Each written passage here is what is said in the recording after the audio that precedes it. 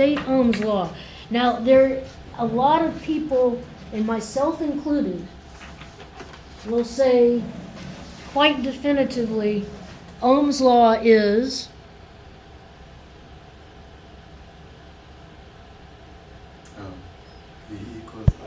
V equals IR. We need to be super careful. Oh, by the way, those of you on Zoom, can y'all see and hear? Yes. Okay, so V equals IR. We need to be super careful about that because the problem comes with this.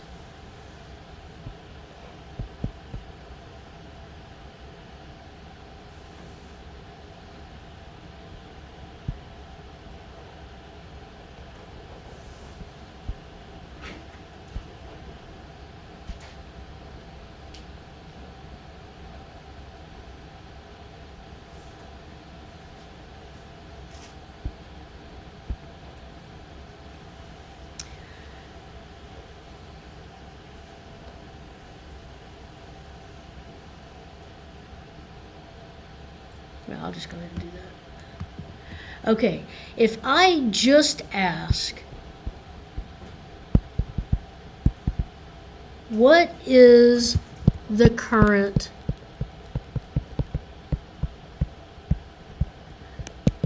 through the 3 ohm resistor? Most of you will get this right, but some of you won't. So you want to say V equals IR, and that's fine. And then you want to say V is 6, and that's fine. We're solving for current. You want to say I. I asked for the 3 ohm resistor. What do I put down for my resistance? 3. No. 5. So this is why we have to be very careful, because the voltage in this is not just any voltage in the problem. So the voltage is the voltage across the resistor. And we don't at this point yet know what the voltage is across this resistor. We only know the voltage from here to here. We know the voltage on this side is 6 more than the voltage on this side. And so I know the total voltage change across both of these is 6. I don't yet know the voltage across this 3 ohm resistor. I can get it, but I don't know it yet. So that's why we have to be extra careful. And so the way I like to write Ohm's law is I like to think of it like this. I have a voltage here, VA, I have a voltage here, VB, and I have a resistor right here. So I equals VA minus VB over R. It equals the change in voltage across that element, across that resistance, and that gets me my current. So the voltage, so if I'm looking at the current in this direction, so the current in this direction is VA minus VB over R.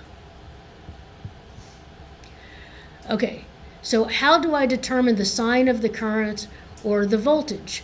Well, it depends. So the way the current is drawn,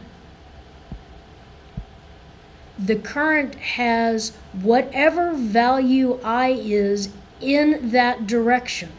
So if I draw a current in this direction and I say it has a value of 3 amps, it has a value of 3 amps in that direction. If I say the current in this direction is negative 3 amps, it has a value of negative 3 amps in that direction, in the same direction, going down. So if I've drawn my current this direction, going up, and I say it's 3 amps, and for whatever reason, I need to work the problem with a current going in this direction, going down, I know that would be negative 3 amps. If it's 3 amps going up, then going down, it's negative 3 amps. So going in the opposite direction, it has the opposite sign. We treat voltage, when I have a voltage source, what this 120 volts means is that it's 120 volts higher on the plus side than it is on the minus side. I would say that a current entering into this negative terminal, that is how I get the power from this to be negative. So if the current, a positive current enters into the negative terminal, that gives me a negative power. So, part C, in V equals IR, is V the value of the voltage source? If not, what is it? So is V the value of the voltage source? It's just the voltage across whatever element you're looking at. That's right. So it is the voltage across, or the voltage difference. The good thing about having really bad handwriting is nobody knows if you're spelling it right. The voltage difference across that element.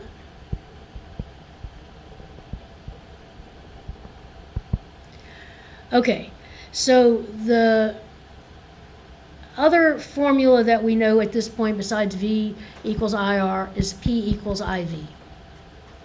So let us find I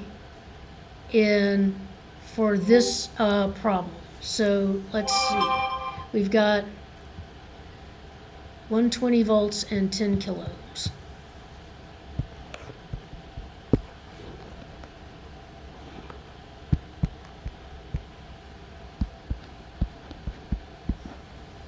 And I is going this way. Okay, so what's the change in voltage going across this element? If I think about the voltage up here and the voltage down here, I always like to draw ground. It's not something you do in physics, but it's something you do in electrical engineering. And so when you have ground, you can put absolute numbers on this. You can say this is 0. The voltage here is 0, the voltage up here is 120. So if the current's going down, what's the change in voltage across this resistor? 120 volts. It's 120 volts, so, and it's positive. Our resistance is 10 kiloohms, so that's 10,000 ohms. And so if V equals IR, then I get I equals 120 over 10,000, which is 0.012 amps, or 12 milliamps. All right. Now, what happens? Oh, find the power supplied by the voltage source. How can I do that?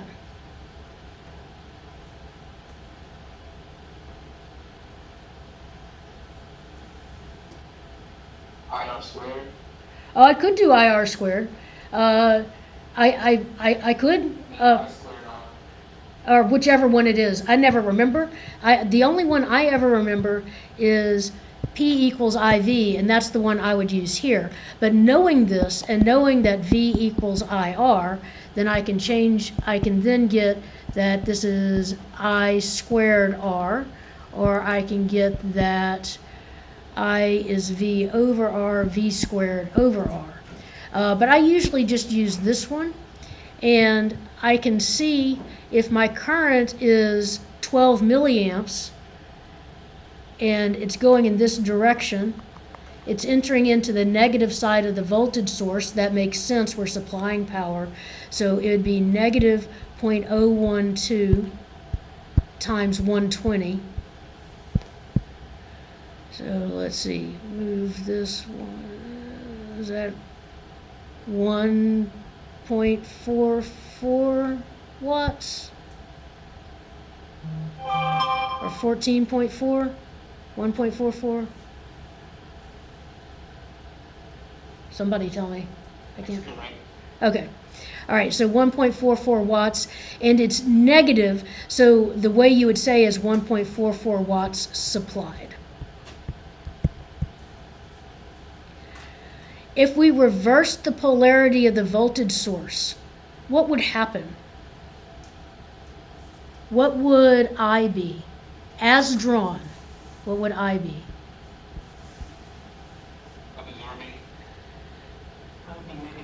I would be negative. Yeah, now let's be careful. So I would be negative. So we've got, but let's think about this for a second.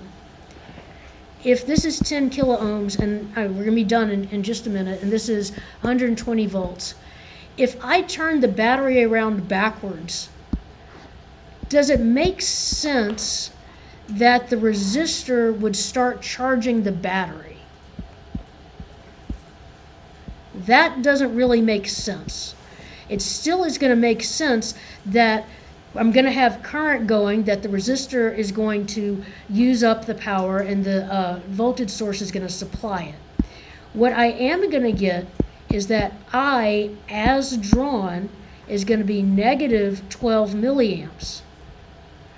But if I, as drawn, is negative 12 milliamps, it is entering into the positive side of the voltage source. So the power is positive IV. I'm not going to make it negative because it's entering into the positive side. And then I plug in the values I have here. Negative 0.012 times 120 volts. And I still get that I get a negative 1.44. So I still get that it is still supplying power.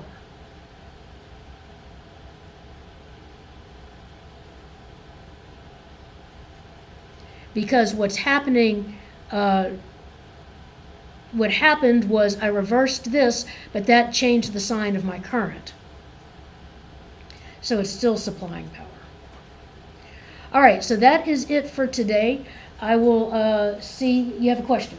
Oh, yeah, it's a quick one. Yeah. But whenever we just pick a part of the circuit to draw as ground, Yeah. is that us basically saying that we choose this part to be 0 and all other voltages to be defined relative to it? Exactly. All right. Yeah. So the reason why is that we don't define, there is no real absolute voltage unless you want to say it is 0 at infinity, which sometimes you do in physics class. But we don't really say that. We just pick something to be 0. And you can pick whatever you want to be 0 and everything else is relative to that. I find it very helpful to do that.